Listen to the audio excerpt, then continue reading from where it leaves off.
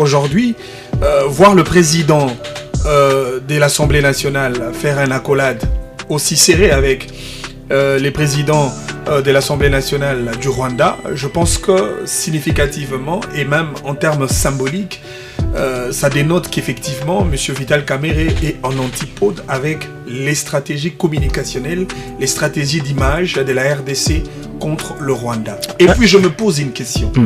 Vous savez que la RDC a publié tout un communiqué renonçant sa participation à la 46e conférence ministérielle de l'Organisation internationale de la francophonie prévue à Kigali. La RDC a posé la condition de délocaliser le pays hôte. Sinon, si cette conférence se tient à Kigali, la RDC ne participera pas. Là, il s'agit de la position de tout un État. Si l'État prend une position aussi drastique contre le Rwanda, à combien plus forte raison l'animateur de l'État, le chef d'une grande institution, l'Assemblée nationale, dans le cas sous examen. Et donc, je ne peux pas me porter en porte-parole de M. Vital Kamerhe, mais la question que nous nous posons, c'est de savoir, est-ce que c'est seulement M. Félix Tshisekedi et le gouvernement qui ont le monopole de pouvoir dialoguer et parler avec d'autres personnes? Nous avions vu dans les images sur les médias sociaux ou partout ailleurs qu'il y a M. Félix Tshisekedi qui a pris la main de M. Vital Kamerhe en 2021, qui est venu, pas de M. Vital Kamerhe, de Kagame, qui l'a emmené au stade des martyrs et qui a fait chanter à la population congolaise Yonanya Oboya Kagame. Nous avons vu M. Félix Tshisekedi qui a envoyé des émissaires pour aller dialoguer avec Kagame, que lui-même est allé au Qatar, il y a eu des photos, il y a eu tout ceci, mais pourquoi est-ce que lorsqu'il y a une autre personne en dehors de lui ou en dehors du gouvernement qui font des accolades avec d'autres, qui parlent avec d'autres, ils doivent être taxés de tous les maux? Moi je pense que c'est juste une photo, c'est juste une accolade, et M. Félix Tshisekedi n'a pas le monopole de pouvoir rencontrer ou parler avec ces personnes. Et le dialogue est ouvert à toute personne, à tout Congolais, à toute personne qui est volontaire de pouvoir apporter la paix en République démocratique du Congo. Alors nous pensons que c'est juste un non-événement, c'est juste un accolade et il ne faudrait pas dramatiser cela. Je pense que l'attitude de M. Vital Kamerhe est une attitude non indiquée. C'est un geste diplomatique. Mais c'est un geste diplomatique qui ne traduit pas la réalité de l'heure. Parce que la réalité est que le Rwanda agresse le Congo. La réalité est que le Rwanda occupe de manière illégale les territoires congolais. La réalité est que le Rwanda pille nos ressources premières. Les Rwandais tuent nos compatriotes congolais. Et vous ne pouvez pas brandir votre amitié à l'égard de celui qui tue vos populations chaque jour. Et donc je pense que cette attitude-là, du point de vue de la communication, ce n'est pas une attitude indiquée. Et surtout que Vital Kamerhe est l'un des profils politiques qui a toujours été placé sous les viseurs de toutes les critiques.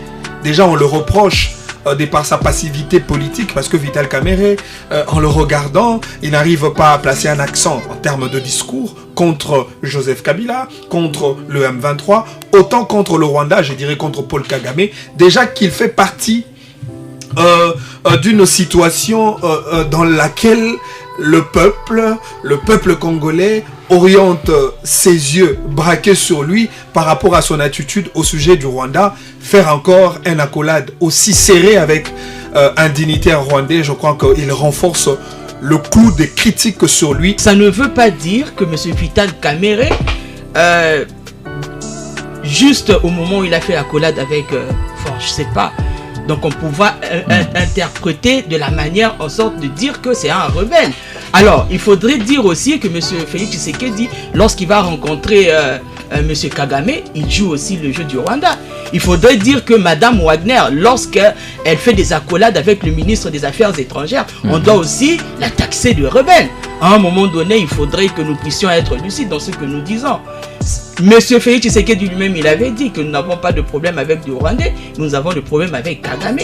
Et moi, je pense que c'est même un sujet auquel on ne peut même pas s'attarder là-dessus, parce que le fait de pouvoir faire une accolade avec un citoyen rwandais, comme M. Félix Tshisekedi lui-même avait dit que nous n'avons pas de problème avec des citoyens rwandais, nous avons des problèmes avec le Kagame. Le processus de Doha a été enclenché sous l'initiative de Paul Kagame, le président rwandais. Vous savez le pourquoi? Parce qu'à la base, il y avait un intérêt financier qui liait le Rwanda avec le Qatar. Regardez les niveaux d'investissement du gouvernement de Qatar dans le territoire rwandais.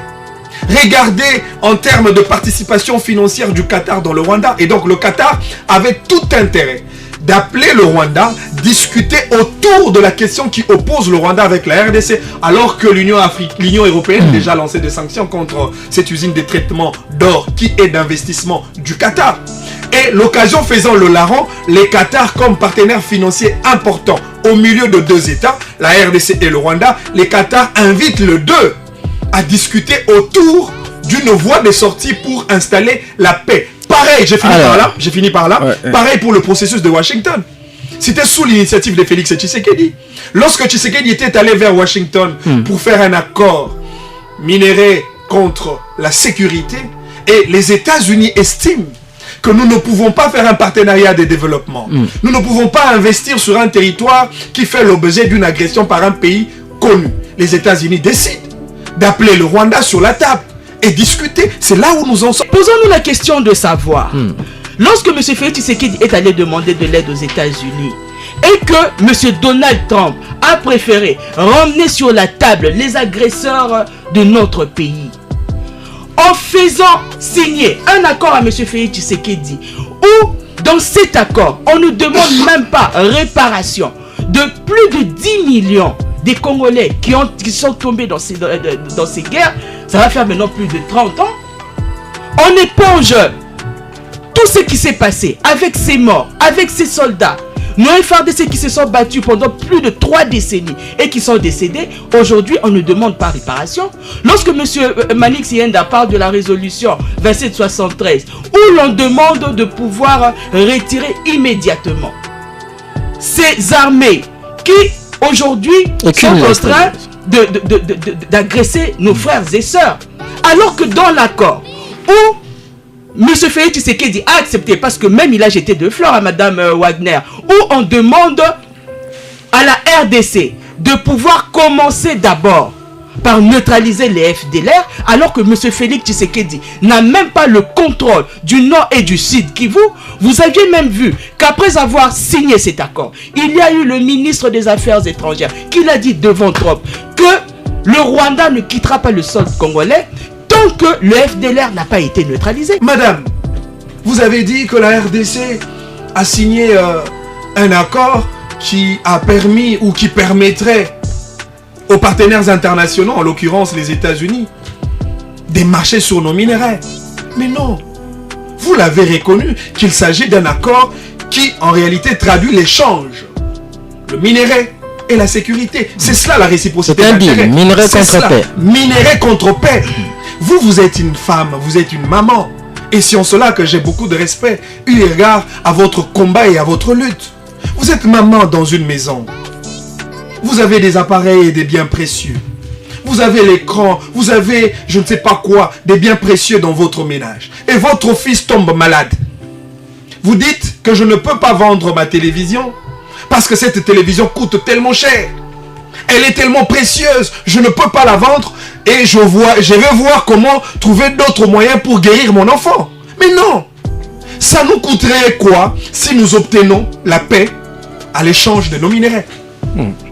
Ça nous coûterait quoi si pour la paix de notre pays, parce que nous ne pouvons pas développer ces pays. Et c'est cela le piège du Rwanda. Les évêques, dans leur initiative, entendent mettre autour d'une même table tous les acteurs impliqués dans la crise, notamment le rebelle. Et en même temps, Kinshasa est en négociation avec le M23 à Doha. Est-ce qu'il faudra nécessairement que le M23 soit aussi dans ces dialogues de la 5O que vous envisagez? Mais lorsque nous parlons de prendre toutes les parties prenantes, il n'appartient pas à M. Félix Tshisekedi de pouvoir choisir qui vient et qui ne vient pas.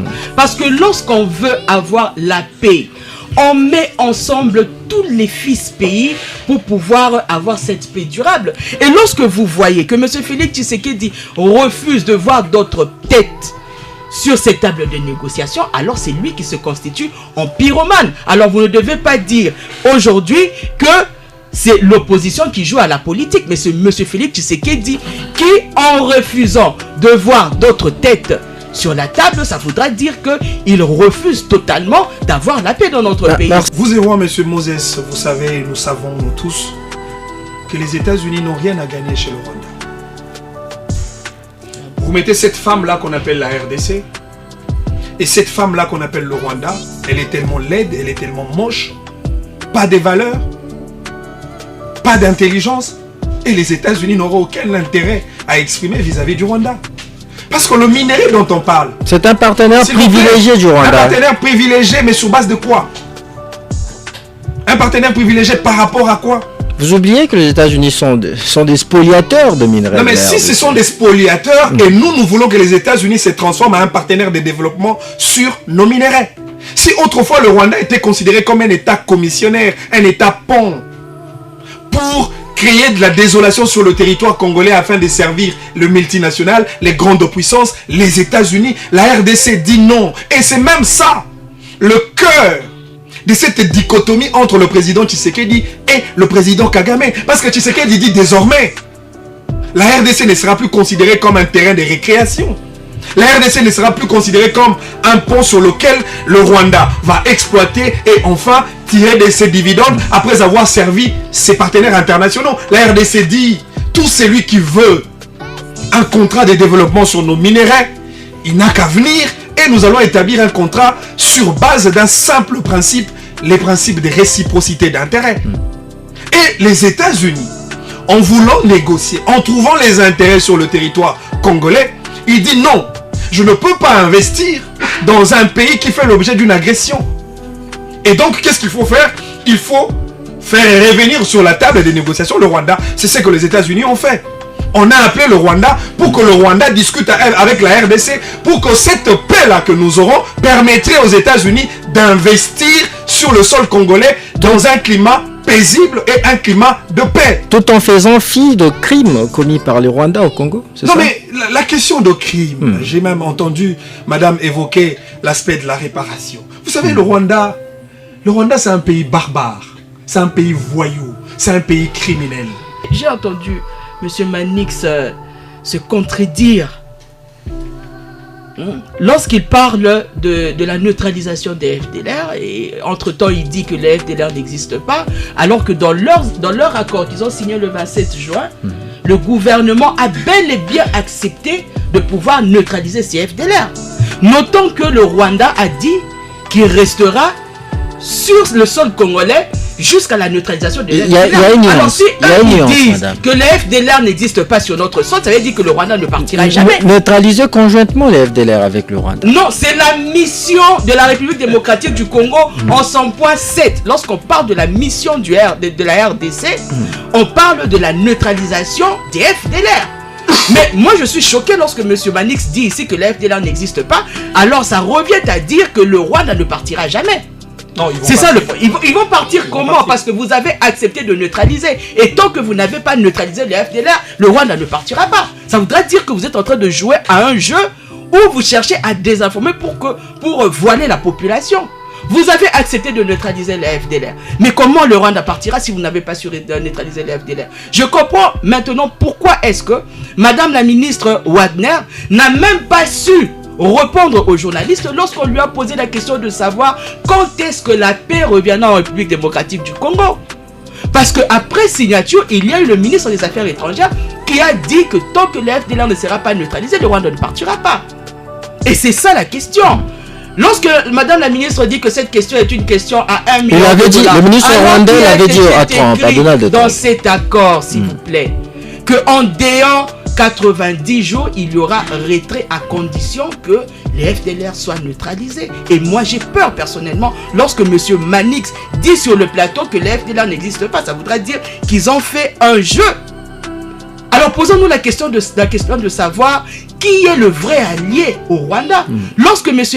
Manix nous parle ici des États-Unis, non, le Rwanda n'a rien, mais comme vous l'avez dit vous-même, que le Rwanda est un partenaire privilégié des États-Unis, que M. Manix Yenda se dise, comment est-ce que le Rwanda est parvenu à devenir le premier exportateur du cobalt si le Rwanda n'a pas fait ces échanges entre lui et les États-Unis. La question... Alors là, il voudrait rejeter même le livre que Charles Onana a écrit par rapport à ces minéraux du sang. Alors, avant de prendre notre thématique principale, Manix, comment commentez-vous l'accolade très fraternelle, je dirais ici, entre Vital Kamerhe, président de l'Assemblée nationale de la RDC, et le vice-président de l'Assemblée nationale du Rwanda, lui c'est Moussa Fazil Hareimana. C'était lors de la clôture de l'Assemblée parlementaire francophone. Qu'en dites-vous ?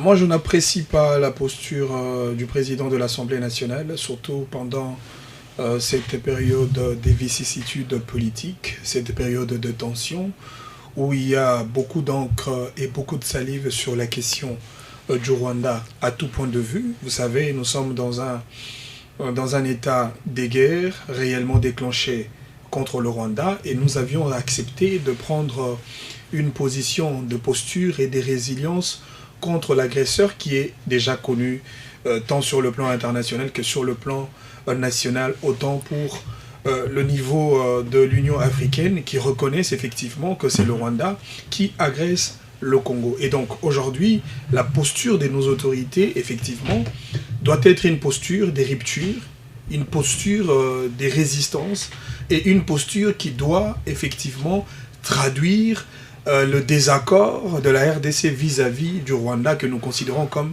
un État agresseur. Et les gestes comptent parce que ça fait partie de ce qu'on appelle la communication non verbale. Il est vrai, le front médiatique a été lancé parce que nous dénonçons jusqu'à ce jour le poison rwandais. C'est une forme de bataille médiatique, une bataille de communication, parce que nous devons prévaloir effectivement la position du Congo, les intérêts du Congo, les vétos du Congo sur le plan international. Et donc aujourd'hui, voir le président de l'Assemblée nationale faire une accolade aussi serrée avec les présidents de l'Assemblée nationale du Rwanda, je pense que significativement et même en termes symboliques, ça dénote qu'effectivement, M. Vital Kamerhe est en antipode avec les stratégies communicationnelles, les stratégies d'image de la RDC contre le Rwanda. Et puis je me pose une question. Vous savez que la RDC a publié tout un communiqué renonçant sa participation à la 46e conférence ministérielle de l'Organisation internationale de la francophonie prévue à Kigali. La RDC a posé la condition de délocaliser le pays hôte. Sinon, si cette conférence se tient à Kigali, la RDC ne participera pas. Là, il s'agit de la position de tout un État. Si l'État prend une position aussi drastique contre le Rwanda, à combien plus forte raison l'animateur de l'État, le chef d'une grande institution, l'Assemblée nationale, dans le cas sous examen. Et donc, je pense que l'attitude de M. Vital Kamerhe est une attitude non indiquée. C'est un geste diplomatique. Mais c'est un geste diplomatique qui ne traduit pas la réalité des leurs. Parce que la réalité est que le Rwanda agresse le Congo. La réalité est que le Rwanda occupe de manière illégale les territoires congolais. La réalité est que le Rwanda pille nos ressources premières. Les Rwandais tuent nos compatriotes congolais. Et vous ne pouvez pas brandir votre amitié à l'égard de celui qui tue vos populations chaque jour. Et donc je pense que cette attitude-là, du point de vue de la communication, ce n'est pas une attitude indiquée. Et surtout que Vital Kamerhe est l'un des profils politiques qui a toujours été placé sous les viseurs de toutes les critiques. Déjà, on le reproche de par sa passivité politique, parce que Vital Kamerhe, en le regardant, il n'arrive pas à placer un accent en termes de discours contre Joseph Kabila, contre le M23, autant contre le Rwanda, je dirais contre Paul Kagame, déjà qu'il fait partie d'une situation dans laquelle le peuple congolais oriente ses yeux braqués sur lui par rapport à son attitude au sujet du Rwanda. Faire encore un accolade aussi serré avec un dignitaire rwandais, je crois qu'il renforce le coup des critiques sur lui et il pourra peut-être donner raison à ceux-là qui continue à les traiter des mèches avec l'ennemi. Manix Yenda, cette accolade, si ça avait eu lieu dans un cadre beaucoup plus approprié, hein, je veux dire dans un cadre où se tient le pourparler, par exemple à Doha, est-ce que vous auriez tenu le même discours? Non mais là vous faites bien la part de choses, parce qu'il s'agit d'un cadre de concertation. Il s'agit d'un cadre de dialogue qui nous permet effectivement de nous engager vers une voie de paix. Mais malheureusement, on n'en est pas là. Ce n'était pas le processus du Doha, moins encore le processus de Washington. Ce n'était pas le processus de Luanda, non encore le processus de Nairobi. Et donc, à ces stades, je crois que la RDC doit maintenir sa position intransigeante contre le Rwanda et doit prévaloir son veto d'un État victime d'agression rwandaise vous avez la communauté internationale. Vous avez suivi les deux, peut-être vous ne les avez pas entendus. Les deux personnalités, ils prônent la paix entre les deux pays. Non mais si déjà que l'on voudrait bien qu'on parle de la paix, alors que le M23 se retire, alors que les troupes rwandaises se retirent du territoire congolais. C'est en ce moment-là qu'on parlera d'une paix effective. Mais du moment où le Rwanda s'installe, du moment où le discours de M. Kagame demeure un discours désobligeant à l'égard des autorités de la RDC, un discours de discrédit, un discours d'invective même sur l'institution président de la République. Comment un président d'une institution aussi symbolique comme l'Assemblée nationale peut manifester une attitude de fraternité envers un État qui agresse le Congo? Je pense que ce cadre-là a été un cadre inapproprié pour ce genre d'accolade. Lorsque Tshisekedi et Kagame étaient en bonne relation, lorsqu'ils s'appelaient encore frères à l'époque, il y avait aussi de langues qui déploraient ces rapprochements entre les deux parties. Je ne suis pas un passéiste. Ce qui a été fait, et ça a été fait. Vous savez, la RDC a toujours, sous l'égide, bien entendu, du président Tshisekedi, nous avions toujours opté pour la paix. D'ailleurs, même quand vous regardez les devises de notre pays, on parle de justice, paix et travail. Et donc, la paix est un credo pour la République démocratique du Congo. La paix est notre fil conducteur qui guide l'esprit de nos animateurs et qui guide même le fonctionnement de toutes les institutions de la République démocratique du Congo. Et le président Tshisekedi s'inscrit dans ces registres-là de la paix. Pour le président Tshisekedi, le Rwanda est un voisin naturel, autant pour l'Ouganda, le Congo-Brazzaville, l'Angola, la Zambie, et ainsi de suite. Et donc, tous les 9 pays voisins avec qui nous partageons le frontière étroitement liées, c'est des pays avec qui nous devons partager un certain nombre de contrats de développement avec un intérêt réciproque pour effectivement envisager le développement de la sous-région. C'est cela l'esprit qui anime le président Tshisekedi. C'est cela la vision du président Tshisekedi. Mais malheureusement, pour le Rwanda, ce n'est pas une quelconque réciprocité d'ordre économique qui prime. Pour le Rwanda, ce n'est pas l'intérêt de 2 États qui prime, mais pour le Rwanda, il faudrait occuper la RDC, il faudrait occuper le territoire congolais, il faudrait tuer le peuple congolais, il faudrait prendre les armes et infiltrer l'État congolais. Et cette posture-là, nous devons la dénoncer et nous devons dire non à cela. Et je pense que la position de la RDC, la position de dirigeants congolais, je crois que ça s'inscrit effectivement dans cette logique-là de la paix voulue et tant voulue par les dirigeants congolais. Merci Manix Yenda. Je rappelle que vous êtes analyste politique pro-pouvoir. Je vous avais annoncé à l'entame de cette émission que nous aurons un autre invité. Elle est déjà dans nos installations. Elle, c'est Dena Lukunku. Elle est porte-parole d'envol de Delhi et c'est Sanga. Bienvenue dans Débrief, madame. Bonjour Monsieur Moses, bonjour à mon co-débatteur, bonjour à la population congolaise. Je tiens très sincèrement à m'excuser pour le retard dû aux embouteillages. Et voilà.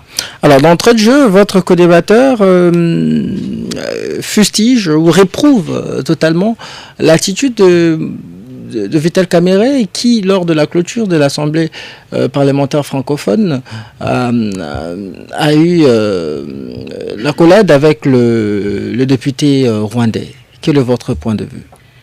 Bon, je ne peux pas me porter en porte-parole de M. Vital Kamerhe, mais la question que nous nous posons, c'est de savoir, est-ce que c'est seulement M. Félix Tshisekedi et le gouvernement qui ont le monopole de pouvoir dialoguer et parler avec d'autres personnes? Nous avions vu dans les images sur les médias sociaux ou partout ailleurs qu'il y a M. Félix Tshisekedi qui a pris la main de M. Vital Kamerhe en 2021, qui est venu, pas de M. Vital Kamerhe, de Kagame, en 2021, qui l'a emmené au stade des martyrs, et qui a fait chanter à la population congolaise Yonani Oboya Kagame. Nous avons vu M. Félix Tshisekedi qui a envoyé des émissaires pour aller dialoguer avec Kagame, que lui-même est allé au Qatar. Il y a eu des photos, il y a eu tout ceci. Mais pourquoi est-ce que lorsqu'il y a une autre personne en dehors de lui ou en dehors du gouvernement qui font des accolades avec d'autres, qui parlent avec d'autres, ils doivent être taxés de tous les maux? Moi, je pense que c'est juste une photo, c'est juste une accolade. Et M. Félix Tshisekedi n'a pas le monopole de pouvoir rencontrer ou parler avec ces personnes. Et le dialogue est ouvert à toute personne, à tout Congolais, à toute personne qui est volontaire de pouvoir apporter la paix en République démocratique du Congo. Alors nous pensons que c'est juste un non-événement. C'est juste un accolade et il ne faudrait pas dramatiser cela. Alors, le Premier ministre Sama Lukonde avait refusé de poster aux côtés de Louise Mushikiwabo, la secrétaire générale de francophonie, qui est d'origine rwandaise. Non, mais pourquoi enfin, ça peut être la manière d'une personne ou une autre personne de pouvoir réagir comme elle veut. Donc, ça ne veut pas dire que M. Vital Kamerhe... juste au moment où il a fait l'accolade avec, je sais pas, donc on pouvait interpréter de la manière en sorte de dire que c'est un rebelle. Alors, il faudrait dire aussi que M. Félix Tshisekedi, lorsqu'il va rencontrer M. Kagame, il joue aussi le jeu du Rwanda. Il faudrait dire que Mme Wagner, lorsqu'elle fait des accolades avec le ministre des Affaires étrangères, on doit aussi la taxer de rebelle. À un moment donné, il faudrait que nous puissions être lucides dans ce que nous disons. Monsieur Félix Tshisekedi lui-même, il avait dit que nous n'avons pas de problème avec le Rwandais, nous avons des problèmes avec Kagame.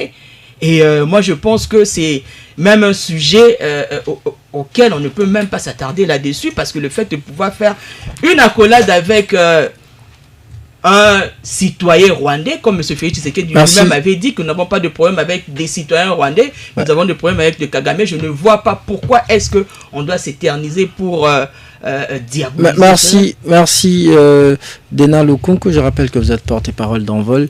De Délice et Sanga, rapidement, on va prendre notre thématique, mais avant tout, je signale que ceux-là qui veulent participer à l'émission, vous pouvez vous joindre à nous au 097 30 50 850, 097 30 50 850. Écrivez-nous sur WhatsApp ou par SMS, on va bientôt lire vos messages.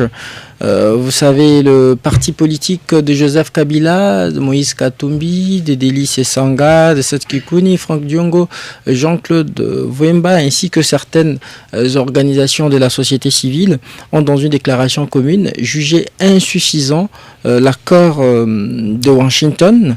Ils appellent une fois de plus à un dialogue congolais inclusif.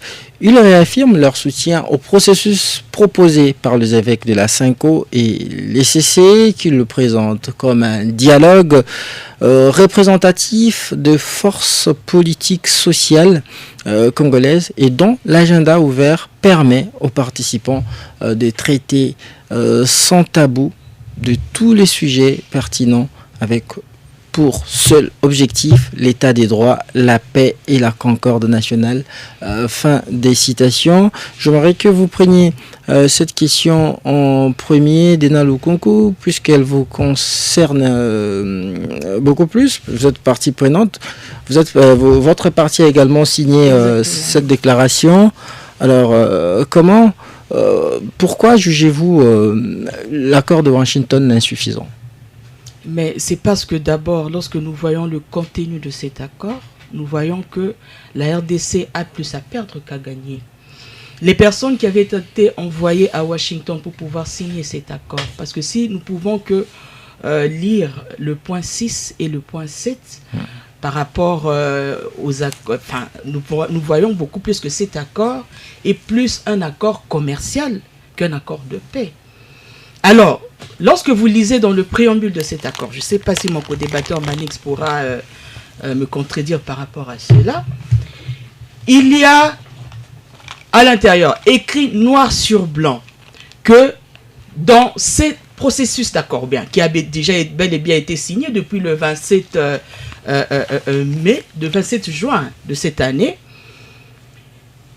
il y a dans cet accord écrit que les États-Unis d'Amérique suivra, ou il est en train d'exhorter à la République démocratique du Congo de pouvoir poursuivre les négociations qui sont faits à Doha. Voilà pourquoi nous avions dit que par rapport au contenu de cet accord, qui n'avantage pas la République démocratique du Congo et qui n'apportera pas une paix durable dans notre pays, nous avons dit que c'est insuffisant, bien que nous avons salué la volonté de ces pays étrangers à vouloir ramener la paix ou à pouvoir faciliter comme médiateur cette paix qui doit être quelque chose de bien en principe en République démocratique du Congo, mais nous voyons que cela n'est pas suffisant. Il faudrait qu'on nous mette ensemble, nous Congolais, parce que notre paix ne viendra pas d'ailleurs. Notre paix ne viendra que par nous-mêmes.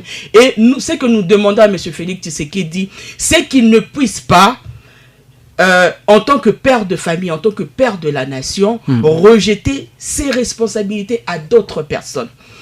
Aujourd'hui, nous voyons que lorsque on a écrit dans cet accord, l'émission au point 7 de cet accord, qui sont assignés à la RDC et au Rwanda, vous voyez que le gros du travail n'est donné qu'à la RDC. Lorsqu'on demande à la RDC de pouvoir neutraliser les FDLR, sachant que depuis le début du règne de M. Félix Tshisekedi, son gouvernement a toujours nié le fait qu'il y ait sur nos terres les FDLR. Et aujourd'hui, par rapport à la signature de cet accord, la ministre des Affaires étrangères, Mme Thérèse Wagner, a directement accepté le fait qu'il y ait ces forces du FDLR dans notre sol et que le gouvernement accepte aujourd'hui de pouvoir faire en sorte de pouvoir neutraliser ces FDLR, alors que nous savons tous que ces entités se situent au nord et au sud Kivu de notre pays, où sont installés le M23 et l'AFC, alors que dans cet accord, il n'est pas prévu les responsabilités du M23 et de l'AFC, pendant que le Rwanda exige assez que, avant que son armée ne puisse quitter les terres de la République démocratique du Congo, il faudrait que le gouvernement puisse bel et bien neutraliser ces FDLR. Voilà pourquoi nous disons que cet accord n'est pas un accord suffisant. Il aurait fallu mettre ensemble l'opposition armée, l'opposition non armée, la société civile, en arbitrage avec la CENCO et l'ECC pour pouvoir trouver une paix durable. Et vous voyez que... Ça c'est au niveau interne. Je crois que le cadre de discussion ou de négociation sont divers. La CENCO, pardon, je veux dire ici la RDC et le Rwanda, c'était par rapport au conflit qui déchire les deux pays. Et les États-Unis étaient médiateurs. Mais il faut attendre, il faut plutôt prôner, il faut plutôt s'attendre à une suite favorable quant à l'organisation du dialogue au niveau interne sous la médiation de la CENCO et l'ECC, ce dialogue qui demeure encore incertain jusqu'ici. Mais c'est ça maintenant le problème, parce que M. Félix Tshisekedi, de la même manière qu'il a accepté par l'entremise de sa ministre, Mme Thérèse Wagner, parce que lorsque vous lisez dans le préambule, comme je l'ai dit, il est écrit que la RDC doit continuer avec le processus de négociation à Doha. Et c'est une suite logique, parce qu'aujourd'hui, si M. Félix Tshisekedi refuse d'aller au dialogue avec le M23, ça voudra dire qu'il va à l'encontre même de la signature qu'il a eu à faire par rapport à cet accord ces délégués sont pour parler avec le M23 à Doha. Je vous l'informe, si vous ne le savez peut-être pas, madame. Oui, mais ça devra aboutir. Voilà pourquoi nous disons que c'est que nous exhortons à M. Félix Tshisekedi, c'est de pouvoir poursuivre cette négociation avec le M23. Et il faudrait ne pas laisser d'autres entités, d'autres acteurs de côté. Il faudrait que l'on puisse se mettre sous un arbre à palabres pour savoir, depuis que M. Félix Tshisekedi est au pouvoir, qu'est-ce qui a marché, qu'est-ce qui n'a pas marché, que l'on puisse savoir le pourquoi du comment et voir ensemble comment trouver des idées pour avoir une paix qui sera cette fois-ci durable. Parce que nous avons vu que même les négociateurs qui ont eu à négocier des accords avec le Rwanda n'ont pas su trouver les intérêts de la population congolaise. Voilà pourquoi nous disons que ce soit ces accords qui se font à l'externe et en interne, il faudrait mettre ensemble toute la population congolaise, pas la population congolaise, mais les acteurs politiques congolais pour que l'on puisse trouver une solution durable par rapport à cette guerre. Et donc, vous pensez que l'accord au niveau, les discussions au niveau interne prévalent que celle au niveau externe, notamment l'accord de Washington, déjà signé entre les deux parties en conflit. Mais je ne cesse de le dire que cet accord qui a été signé, non seulement ça n'avantage pas la population congolaise, ça n'avantage pas notre pays, la RDC, parce que lorsqu'on demande de pouvoir co-gérer nos ressources avec un pays qui n'a même pas de richesse sur son sol, alors nous disons qu'il faudrait que l'on puisse avoir des négociations qui sont responsables pour la paix en République démocratique. Merci beaucoup, Dena Lukunku. Je rappelle que vous êtes porte-parole d'Envol des délices et Sanga. Manik Sienda, comment répondez-vous votre co-débatteuse qui semble avoir un jugement beaucoup plus pessimiste quant à la mise en œuvre de l'accord de Washington et qui réclame un processus au niveau interne, sous la médiation, bien entendu, des évêques de la Cinco et de l'ECC?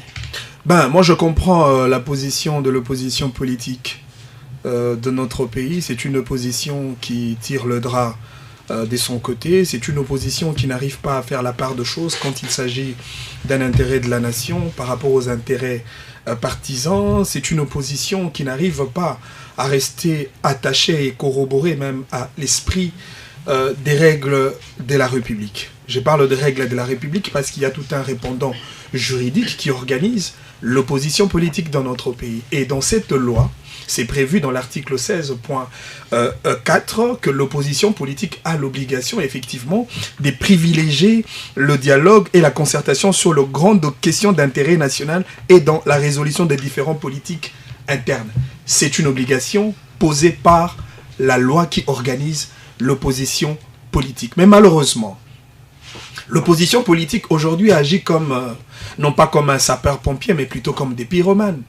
Lorsque vous les entendez aborder la question de l'accord de Washington, aujourd'hui je vois une certaine démarcation entre le processus de Washington et le processus de Doha, mais à l'entendre, j'ai entendu madame la porte-parole du parti Envol qui accorde un peu plus de crédit au processus de Doha. Pourquoi? Parce que le M23 est partie prenante, qui accorde un peu plus de crédit parce que lui considère ces processus comme un processus qui va nous déboucher effectivement à un dialogue national qui pourra mettre toutes les grandes questions qui divisent effectivement les aspects nationaux sur table et en discuter. Alors que là, nous sommes dans un processus qui veut nous amener la paix, mais qui tient en compte aussi sur la position de chaque acteur ou chaque protagoniste qui participe dans cette phase d'insécurité qui caractérise la République démocratique du Congo. Ce n'est pas la RDC qui est le seul pays à avoir considéré le M23 AFC comme le proxy du Rwanda. Ce n'est pas la RDC qui demeure le seul sujet de droit international qui reconnaît au Rwanda les statuts d'un agresseur vis-à-vis de la RDC. Cette thèse-là a été validée par la plaquette internationale. La résolution 2773 en dit un peu le plus. Le processus couplé de la SADC-EAC en dit un peu le plus. Les différents rapports des Nations Unies en dit un peu le plus. Et donc aujourd'hui, point n'est besoin de faire un jeu des complaisances au nom d'un statut de l'opposition politique, alors que la plus grande opposition qui nous caractérise, nous tous, c'est l'opposition contre le Rwanda. Et dans cette opposition contre le Rwanda, M. Délice Sanga est dans le même bloc que Tshisekedi, M. Joseph Kabila doit être dans le même bloc que Tshisekedi, M. Martin Fayulu doit être dans le même bloc que Tshisekedi, parce que l'ennemi qui est en face de nous, l'ennemi qui occupe de manière illégale les territoires congolais, l'ennemi qui tue nos compatriotes congolais, est un ennemi commun. Manik Sienda, qu'est-ce qui distingue le dialogue proposé par les évêques de la Cinco et les CC de celui, je veux dire, de Doha, déjà engagé et soutenu par les partenaires internationaux? Non, mais le dialogue proposé par les prélats de l'Église catholique, c'est un dialogue essentiellement interne. C'est un dialogue qui mettra sur la table des négociations les différents aspects politiques. Déjà, ne perdez pas de vue que le problème que nous avons en face de nous est un problème à caractère ambivalent, est un problème avec des connotations militaires, mais aussi un problème avec des connotations politiques. Lorsque vous aviez suivi les discours de M. Joseph Kabila, l'un des grands acteurs déterminants dans ce processus de paix, lorsqu'il reprochait à M. Tshisekedi, c'était sur base des questions de gouvernance. C'était sur base des questions de gestion de la chose publique de l'État. On reproche à Tshisekedi d'avoir mal géré le pays. On reproche à Tshisekedi d'avoir accentué le taux du tribalisme, du favoritisme, du clientélisme dans sa gestion en tant que président de la République. Et ces problèmes-là entrent dans les registres d'un dialogue qui pourra nous mettre ensemble autour d'une table. Déjà, madame l'a dit, la République démocratique du Congo, depuis la nuit des temps, nous avions toujours développé notre culture d'abrapalabre. Souvenez-vous de la conférence nationale souveraine. Souvenez-vous de tous les différents accords et processus que nous avions engagés dans ce pays pour aboutir à une direction commune de gestion. Et donc, discuter en interne, cela n'est pas un problème. Mais lorsque nous discutons en interne, cela exclut la possibilité pour les opposants de reconnaître à M. Kagame son statut d'agresseur du Congo? Est-ce lorsque nous discutons en interne, cela exclut à tout le prélat de l'Église catholique de reconnaître au Rwanda son statut d'agresseur de la République démocratique du Congo? Ce qui m'écoeure d'ailleurs. À chaque fois lorsque j'entends les prélats de l'Église catholique, je prends beaucoup plus ces carcans de la SENCO composés par certains prélats qui prennent la parole, qui condamnent la République démocratique du Congo, qui critiquent le président Tshisekedi avec le mot le plus dur, parfois même le mot le plus désobligeant.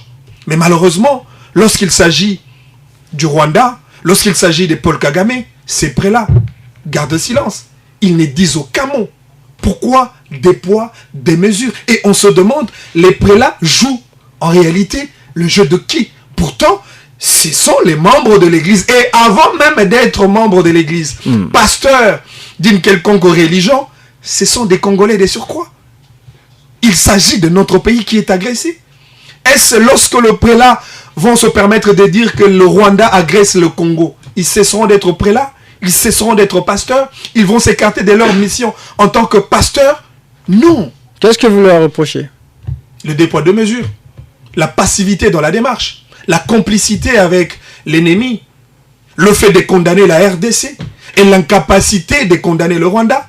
Le fait de critiquer le M. Tshisekedi, président de la République, avec le mot le plus dur, mais incapable de critiquer Paul Kagame, président d'un pays qui agresse le Congo. On le reproche par rapport à cette posture-là. Alors, mais pourquoi, je veux dire, adopter une attitude hostile envers la personne qu'on veut convier à une initiative de paix? On ne bénit pas un criminel, on prie pour un criminel.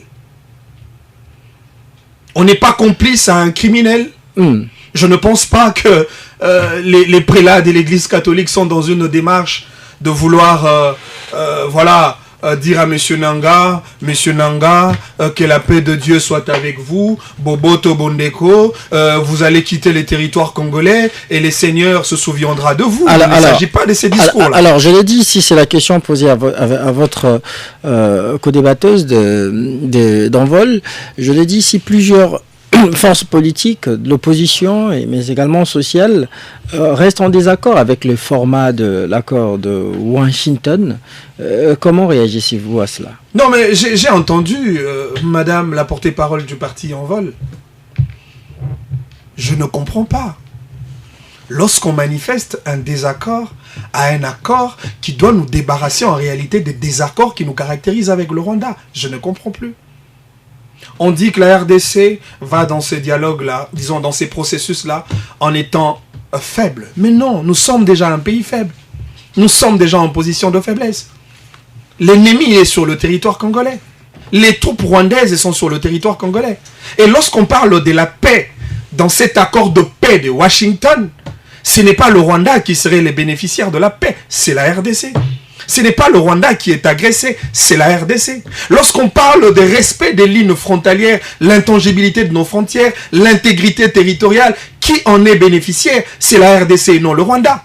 Encore que dans cet accord de paix signé à Washington, regardez les préambules du dit accord.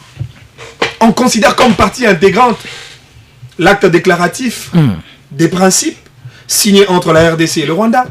On considère comme partie intégrante les processus couplés de la SADC et de la EAC. On considère comme partie intégrante la résolution 2773 du Conseil de sécurité des Nations Unies. On considère comme partie intégrante l'acte constitutif de l'Union africaine. Que dit ces textes? Le respect de l'intangibilité frontalière. Le respect de la souveraineté nationale. Que dit dans ces textes précités? Le Rwanda doit se retirer sur le sol congolais. C'est en cela que l'on va respecter les lignes frontalières qui ont été établies depuis la conférence de Berlin de 1885. Parce que la RDC doit prévaloir de sa souveraineté sur toute l'étendue du territoire national. Mais ce qui n'est pas le cas aujourd'hui. Parce que ceux qui s'installent là, à Goma, ce ne sont pas les Congolais. Alors, Manix, le dialogue envisagé de la Cinco et les CC demeure toujours, je dirais ici, improbable. Pensez-vous que c'est... Non, mais le dialogue est une condition sine qua non. Mais avant d'y arriver, je pense qu'il y a un processus que nous devons achever, le processus de Washington. Parce que dans cette bataille qui nous oppose avec le Rwanda, il est vrai, d'une part, nous pouvons nous en servir des outils militaires parce que l'armée congolaise doit être opérationnelle pour réellement garantir la sauvegarde de l'intégrité territoriale. Mais de l'autre côté, le gouvernement congolais a choisi les leviers de la diplomatie. Et si nous sommes à Washington, c'est parce que nous avons levé une option de régler cette situation qui nous oppose avec le Rwanda par les voies le plus diplomatiques possible. Encore que lorsqu'on parle du processus de Doha, et du processus de Washington. Je voudrais vous rappeler un fait. Le processus de Doha a été enclenché sous l'initiative de Paul Kagame, le président rwandais. Vous savez le pourquoi? Parce qu'à la base, il y avait un intérêt financier qui liait le Rwanda avec le Qatar. Regardez les niveaux d'investissement du gouvernement de Qatar dans le territoire rwandais. Regardez en termes de participation financière du Qatar dans le Rwanda. Et donc le Qatar avait tout intérêt d'appeler le Rwanda, discuter autour de la question qui oppose le Rwanda avec la RDC, alors que l'Union européenne a déjà lancé des sanctions contre cette usine de traitement d'or qui est d'investissement du Qatar. Et l'occasion faisant le larron, les Qatar comme partenaire financier important au milieu de deux États, la RDC et le Rwanda, les Qatar invitent les deux à discuter autour d'une voie de sortie pour installer la paix. Pareil, j'ai fini par là. Pareil pour le processus de Washington. C'était sous l'initiative de Félix Tshisekedi. Lorsque Tshisekedi était allé vers Washington pour faire un accord minéré contre la sécurité, et les États-Unis estiment que nous ne pouvons pas faire un partenariat de développement. Nous ne pouvons pas investir sur un territoire qui fait l'objet d'une agression par un pays connu. Les États-Unis décident d'appeler le Rwanda sur la table et discuter. C'est là où nous en sommes. Encore que, je finis. Les États-Unis, c'est vrai, ils sont médiateurs. Mais ils sont médiateurs Shérif, vous aviez entendu les discours de M. Trump bien avant la signature du dit accord. M. Trump est bien conscient que le Rwanda, les troupes rwandaises tiennent des machettes, des armes, s'installent sur le territoire congolais et tuent le peuple congolais. L'on dit que c'est un discours politique parce que la situation demeure la même sur le terrain. Alors, j'aimerais, avant de passer... Ce n'est pas un discours. Avant de passer la parole à un discours politique. Sinon, vous direz que la résolution 2773 donnée par le Conseil de sécurité des Nations Unies, c'est un discours politique. Les sanctions de l'Union européenne, c'est un discours politique. Et vous savez pourquoi le Rwanda a même rompu ses relations diplomatiques avec la Belgique? Ça, c'est un discours politique. Vous savez pourquoi le Rwanda a quitté l'EAC? Ça, c'est un discours politique. Félix Tshisekedi recevait hier le prédicateur américain dans son bureau de l'OIA. Il leur a dit dans leur échange que c'est grâce au président américain que le drame génocide en RDC va prendre fin. Le président Tshisekedi est rassurant et confiant de sa démarche diplomatique. Il sait qu'il finira par obtenir des résultats escomptés. Vous ne voulez pas, vous voulez me demander de vous dire que M. Tshisekedi doit être dubitatif par rapport à ces processus. Je vous ai dit, le processus de Washington, M. Tshisekedi en est les géniteurs. Et donc, il doit avoir une foi ferme sur la finalité de cet accord pour obtenir une paix réelle. Et donc, sans l'implication de Washington, on ne peut pas espérer une paix aussi... Et pourquoi alors on espère une paix par la voie du Doha? Le processus de Doha. Alors, arrêtons tout le processus et que la RDC et le Rwanda s'affrontent. Mais quelle serait alors la place de l'envol? La place des Lessidés? La place de tous ceux-là qui s'opposent au gouvernement congolais par rapport au processus de Washington et au processus de Doha? Soit, si vous voulez qu'on prenne les armes contre l'ennemi, alors que M. Delis Sesanga vienne du côté du président Tshisekedi, avec son expertise militaire, on va concocter des idées ensemble pour combattre notre ennemi commun qui est le Rwanda. Et l'affaire sera clos. Si la RDC perd, on va perdre ensemble avec Sesanga, ensemble avec Katumbi, ensemble avec Kabila, ensemble avec Tshisekedi, parce qu'il s'agira du Congo qui a perdu face à un ennemi commun, le Rwanda. Je suis obligé de vous enjoindre une autre question avant qu'elle prenne la parole.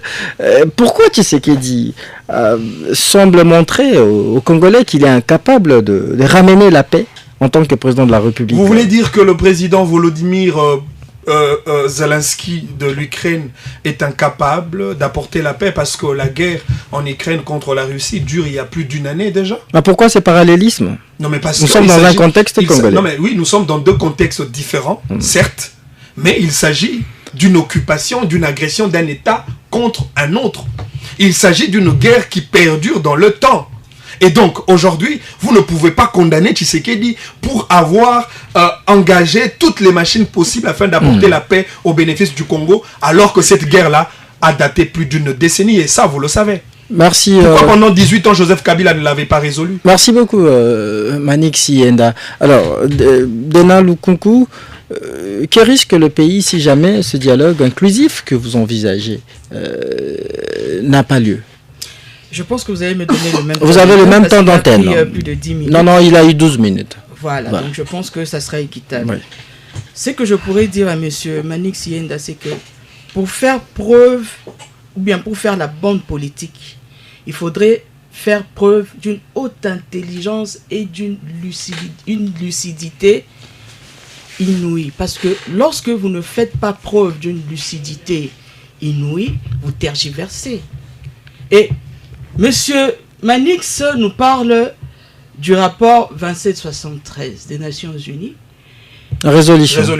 La résolution, oui, je vous le concède. Qui a pour résumé, d'abord, premièrement, le retrait immédiat, s'il vous plaît, de condamner l'offensive du M23 et du Rwanda. Et moi, je parle pour Envol, parce que moi, je suis porte-parole d'Envol, je ne suis pas porte-parole d'autres partis politiques. Moi encore du Monsieur, moi encore du M23. Merci.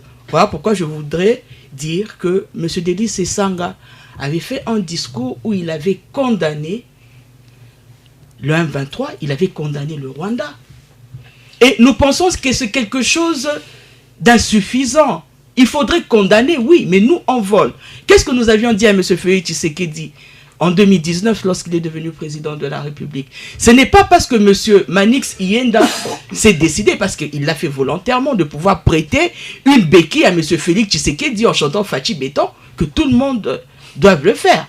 C'est la démocratie. Oui, mais c'est ça la démocratie. Donc on ne peut pas nous imposer à nous de faire ce que lui, il a fait. Nous sommes lucides dans ce que nous disons. Nous avions dit que cet accord qui s'est passé entre les États-Unis, enfin je sais pas, parce que là nous sommes un peu embrouillés. Monsieur Félix Tshisekedi, puisque le Congolais a toujours l'habitude de pouvoir oublier son histoire, même la plus récente, Monsieur Félix Tshisekedi, c'est lui qui est allé vers les États-Unis pour demander la sécurité en contrepartie avec l'hypothèque de nos richesses stratégiques. C'est un accord gagnant-gagnant. Non, mais s'il vous plaît, c'est gagnant-gagnant par rapport à quoi? Laissez-moi progresser. Allez-y, madame. Et posons-nous la question de savoir, lorsque M. Félix Tshisekedi est allé demander de l'aide aux États-Unis et que M. Donald Trump a préféré ramener sur la table les agresseurs de notre pays, en faisant signer un accord à M. Félix Tshisekedi, où dans cet accord, on ne demande même pas réparation de plus de 10 millions des Congolais qui sont tombés dans ces guerres, ça va faire maintenant plus de 30 ans. On éponge tout ce qui s'est passé avec ces morts, avec ces soldats, nos FARDC qui se sont battus pendant plus de 3 décennies et qui sont décédés. Aujourd'hui, on ne demande pas réparation. Lorsque M. Manix Yenda parle de la résolution 2773, où l'on demande de pouvoir retirer immédiatement ces armées qui, aujourd'hui, sont en train d'agresser nos frères et sœurs. Alors que dans l'accord, où M. Félix Tshisekedi a accepté, parce que même il a jeté de fleurs à Mme Wagner, où on demande à la RDC de pouvoir commencer d'abord par neutraliser les FDLR, alors que M. Félix Tshisekedi n'a même pas le contrôle du nord et du sud Kivu.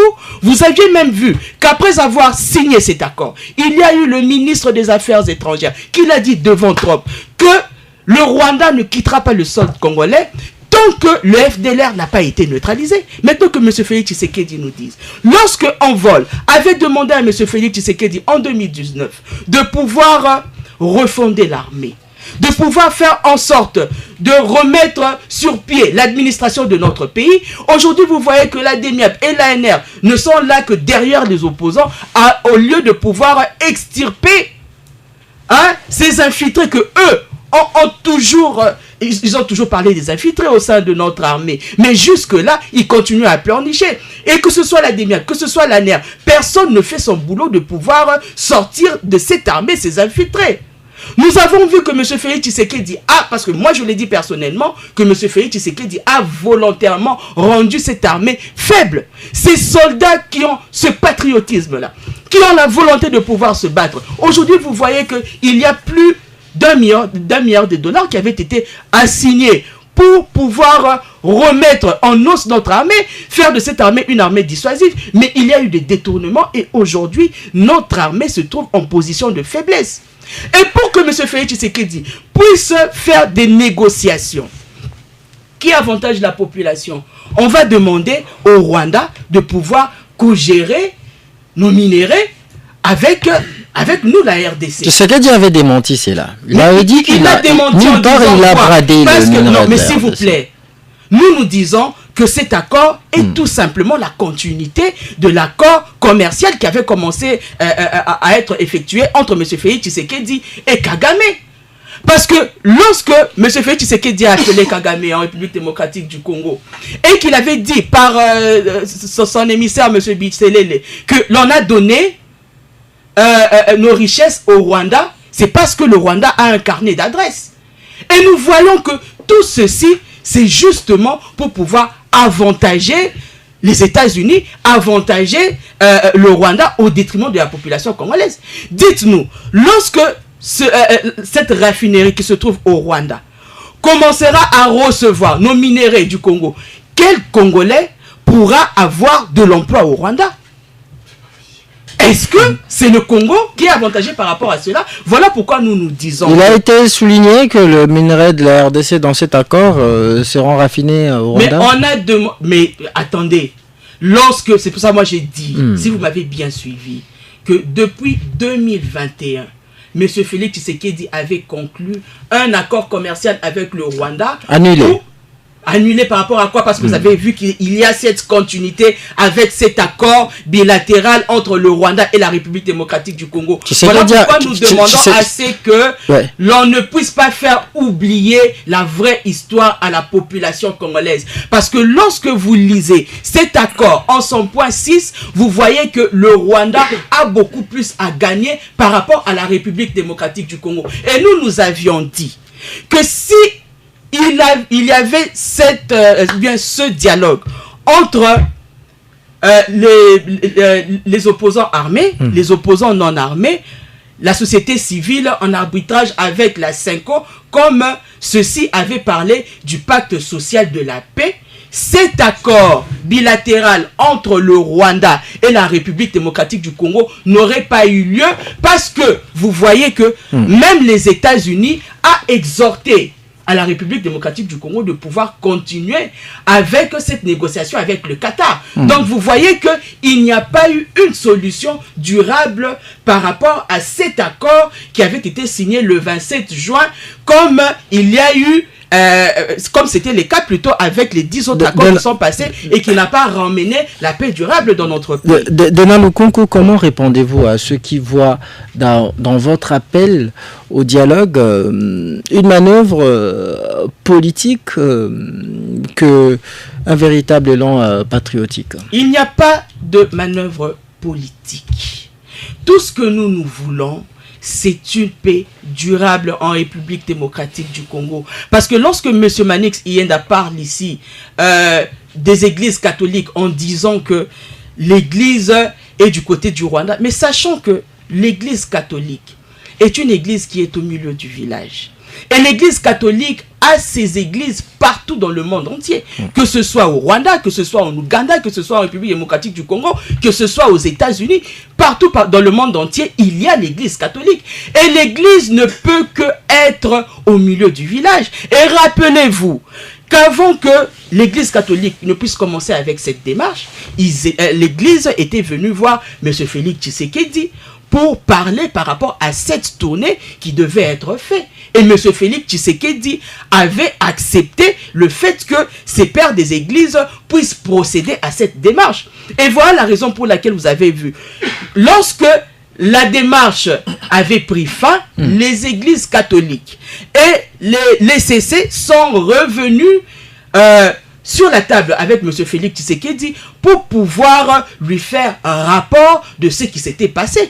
Et vous voyez même qu'après après ce rapport qui avait été fait, M. Félix Tshisekedi a dit au père des églises de pouvoir constituer une commission pour pouvoir assurer le suivi de cet accord. Voilà pourquoi nous avons dit que le dialogue est la solution à cette crise multidimensionnelle. Parce que lorsque vous lisez même l'accord entre le Rwanda et la République démocratique du Congo qui avait été signé le 27 juin, il n'est pas défini les responsabilités du M23 dans cet accord.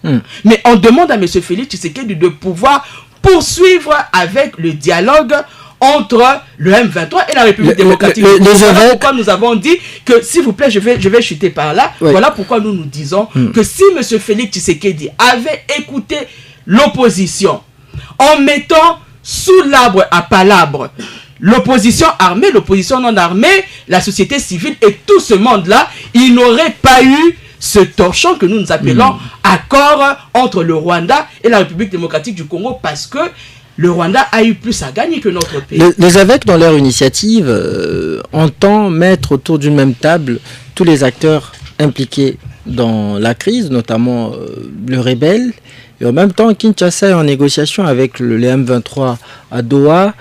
Est-ce qu'il faudra nécessairement que le M23 soit aussi dans ces dialogues de la CENCO que vous envisagez? Mais lorsque nous parlons de prendre toutes les parties prenantes, il n'appartient pas à M. Félix Tshisekedi de pouvoir choisir qui vient et qui ne vient pas.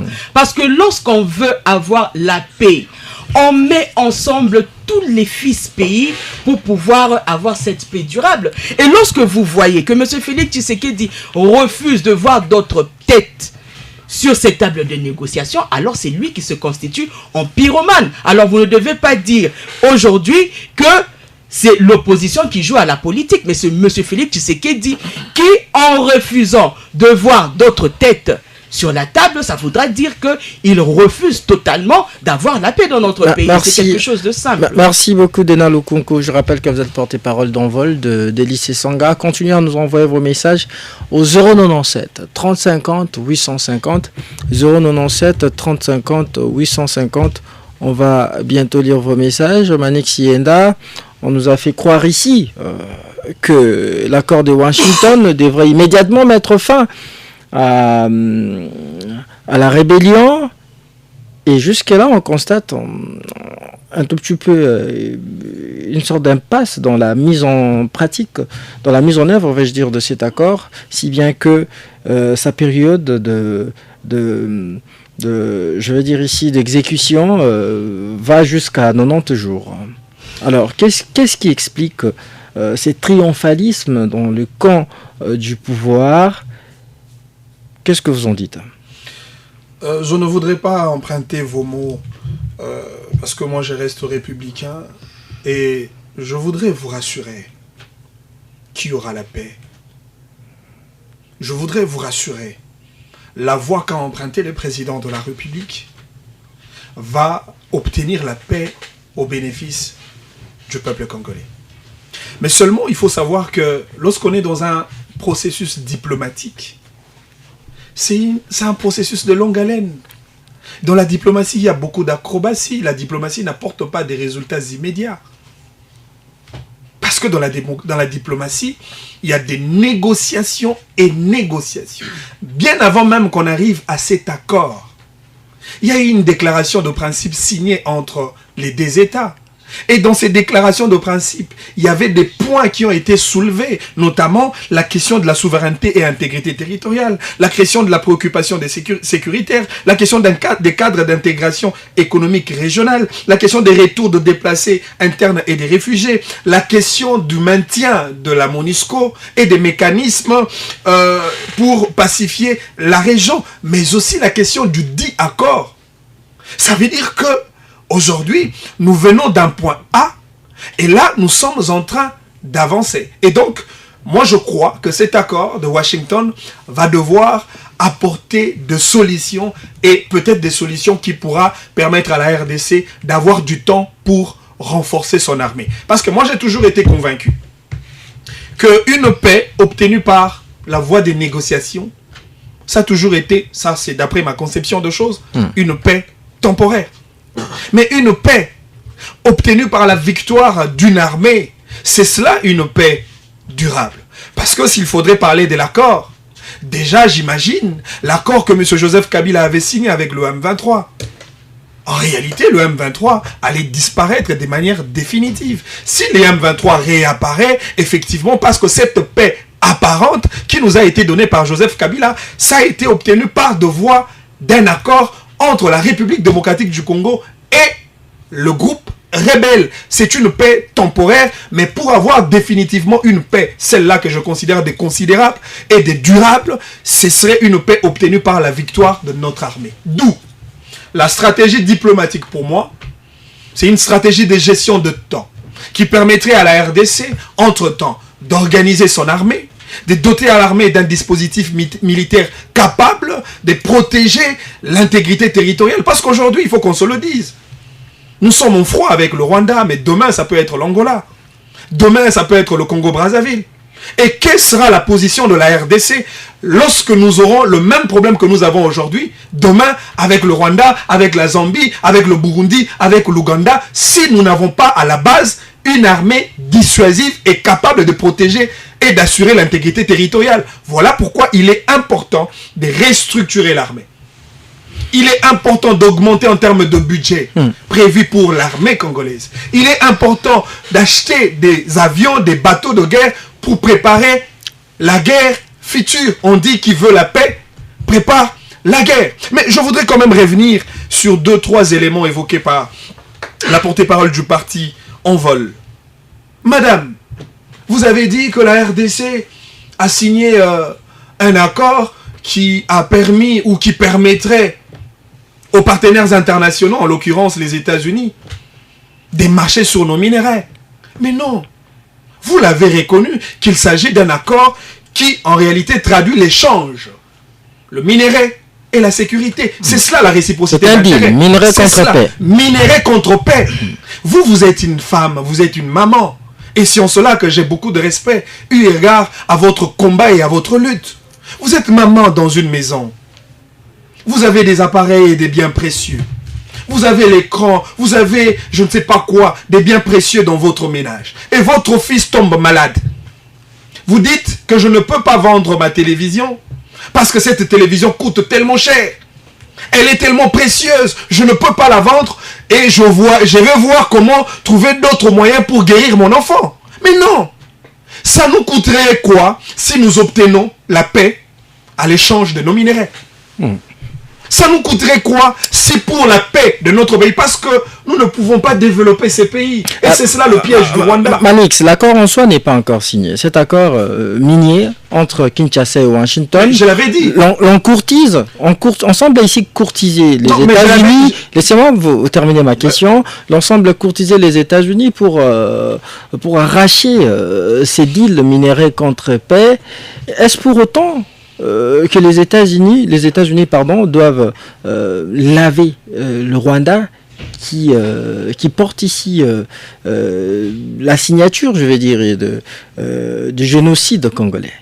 Vous et moi, monsieur Moses, vous savez, nous savons, nous tous, que les États-Unis n'ont rien à gagner chez le Rwanda.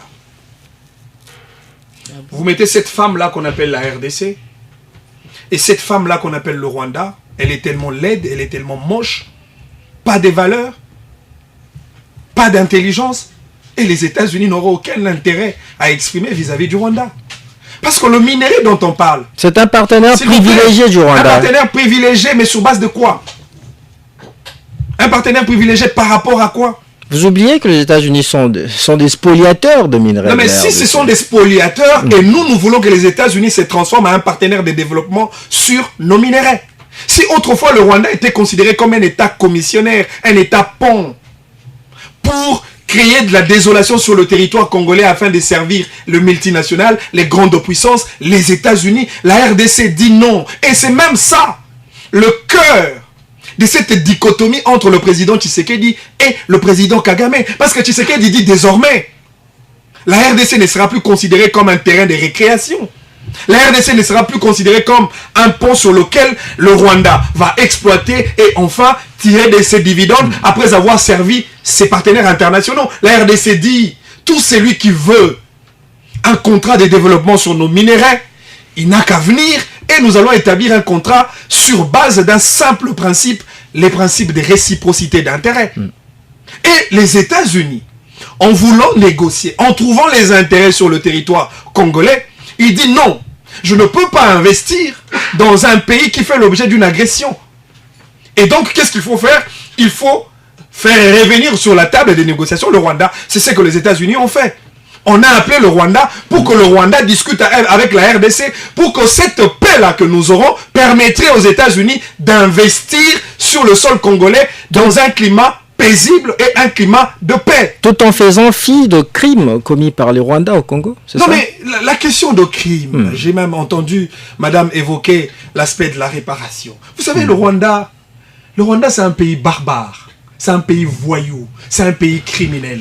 Vous savez pourquoi le Rwanda a refusé de signer effectivement cette charte-là sur la Cour pénale internationale? Parce que le Rwanda est bien conscient de crimes de guerre, des crimes de génocide enregistrés dans le chef de ses animateurs. Vous savez pourquoi le Rwanda n'est pas éligible, même dans cette justice internationale qui règle le conflit entre les États, la Cour internationale de justice? Le Rwanda n'est pas membre parce que le Rwanda veut couvrir ses crimes commis sur la République démocratique du Congo. Et il y a un cadre que nous avions trouvé. C'est lui d'obtenir la paix sans aller dans un front armé entre le Rwanda. Il y a une voie que nous avions trouvée parce que le Rwanda, nous ne savons pas comment le traduire en justice parce que l'instance habilitée à pouvoir trancher sur les questions de différends entre les États, c'est la Cour internationale de justice. Nous avons obtenu gain de cause avec l'Ouganda. C'est même ce qui justifie cette histoire de Fibao. Merci. Parce que l'Ouganda est passible devant les décisions de la Cour internationale de justice. Merci, Manix. Madame, permettez-moi, je voudrais 10 secondes finir sur cette question des FDLR. Moi, je me demande pourquoi l'envol croit à cette hypothèse, à ces scénarios, à cette fable, à cette légende des FDLR. Je sais que M. Delis Sanga... C'est vous qui avez accepté. M. Delis Sanga, c'est... Non, mais justement, si... Vous savez, moi, je suis politique.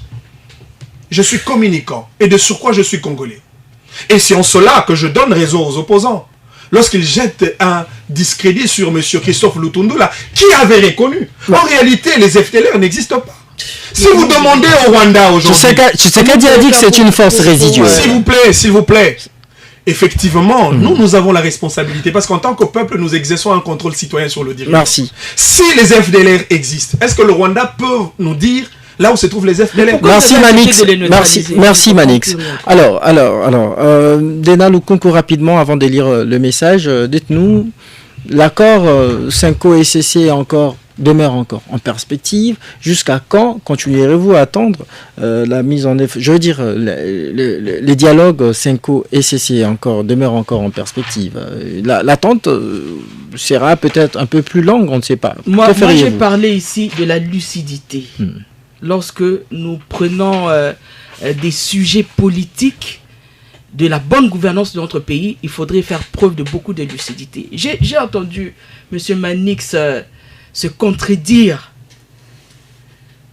lorsqu'il parle de la neutralisation des FDLR, et entre-temps il dit que les FDLR n'existent pas, alors que dans leur accord qu'ils ont signé le 27 juin, le gouvernement a bel et bien accepté de pouvoir neutraliser ces FDLR.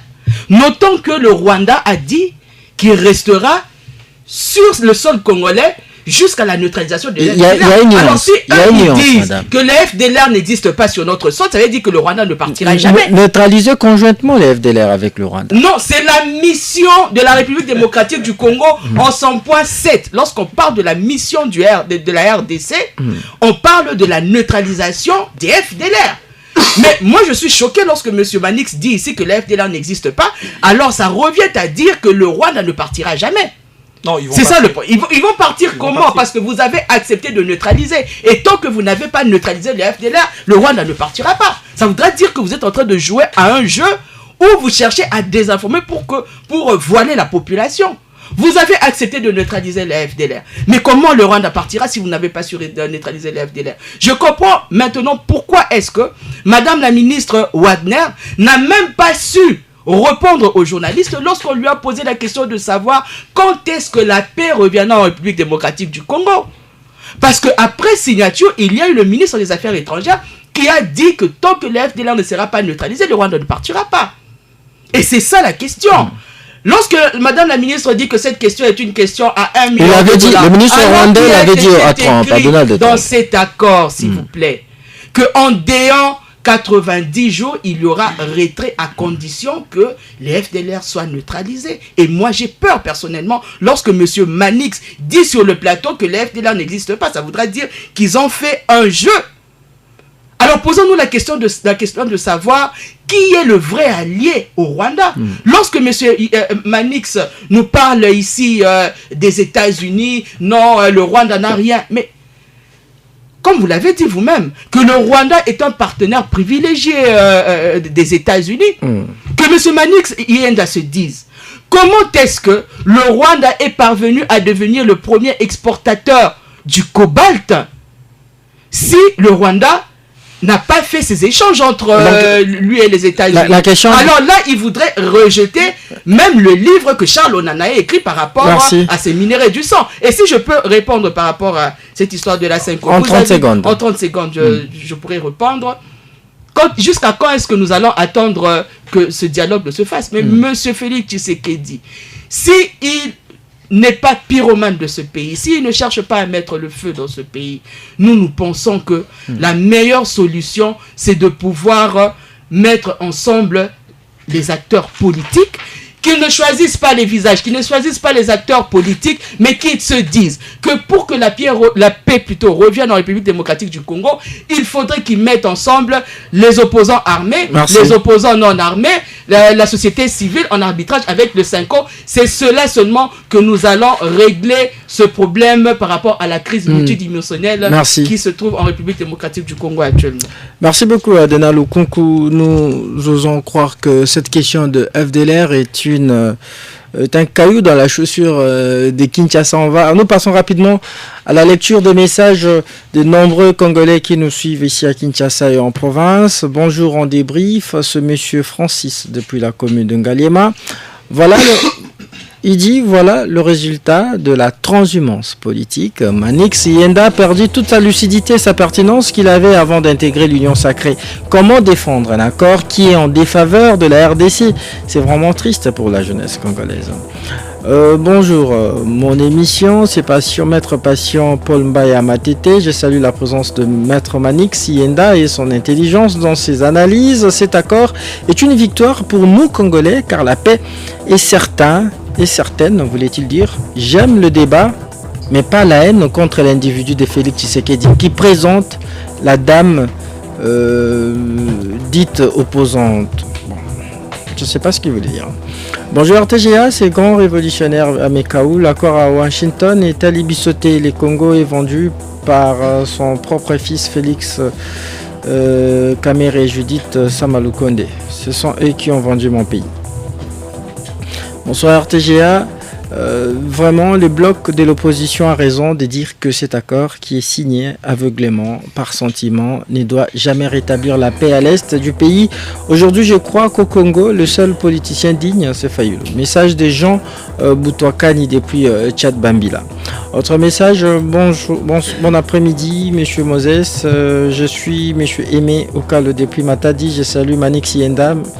Monsieur Moses, j'ai vite compris que maman, il y a monsieur Delis et Sanga, Azaline maîtrise et à Corte de Washington. Apparemment, elle est là pour faire plaisir à Delis et Sanga. Bon, c'est son point de vue. Bonjour Moses, c'est Voldi depuis Ngaliema. Ce n'est pas mauvais pour VK de saluer le vice-président du Parlement rwandais car ce sont des hommes d'État. Pourquoi Wagner avait salué le ministre rwandais? Il n'y avait pas eu de problème alors. Manix, vous avez dit, si c'était dans un cadre de négociation. Salut mon émission. Comment les Congolais rêvent en plein 21e siècle que le salut de la RDC viendra des États-Unis d'Amérique, que nos autorités se réveillent de leur profond sommeil. Mettons les moyens conséquents dans l'armée, faisons la guerre avec le Rwanda. Un long message de Patrick Munongo depuis Massina que je vais vite écourter. On va terminer le message avec cet auditeur qui dit bonsoir RTGA. On n'a jamais compris les pouvoirs en place qui a toujours cherché à ce que tout le monde soit derrière lui pour condamner nos agresseurs, alors que lorsqu'ils étaient à l'opposition, ils ne s'étaient jamais rangés derrière les positions de ceux qui étaient au pouvoir. Un pouvoir qui ne fait que se plaindre. Message de Patrick Alemba. Et de ce message de Patrick Alemba, nous mettons un terme en débrief de ce lundi 14 juillet 2025 sur les ondes de RTGA FM. Vous étiez nombreux à nous suivre ici à Kinshasa et en province, mais également en dehors de nos frontières. Désolé pour ceux dont le message n'a pas été lu. On va se rattraper demain. La question sécuritaire, de dialogue, négociations, etc. demeure d'actualité. Alors je vous invite à suivre tout à l'heure cette émission en rediffusion à 22h30 sur 88.1 FM, fréquence radio de RTGA. Christian Moses Masunga, vous avez présenté cette émission en compagnie de Bernard Tempo qui en avait assuré la réalisation technique. On se retrouve demain. Restez avec nous. Bonne suite de nos programmes. À très vite. Jusqu'à 17h, on débriefe l'actualité.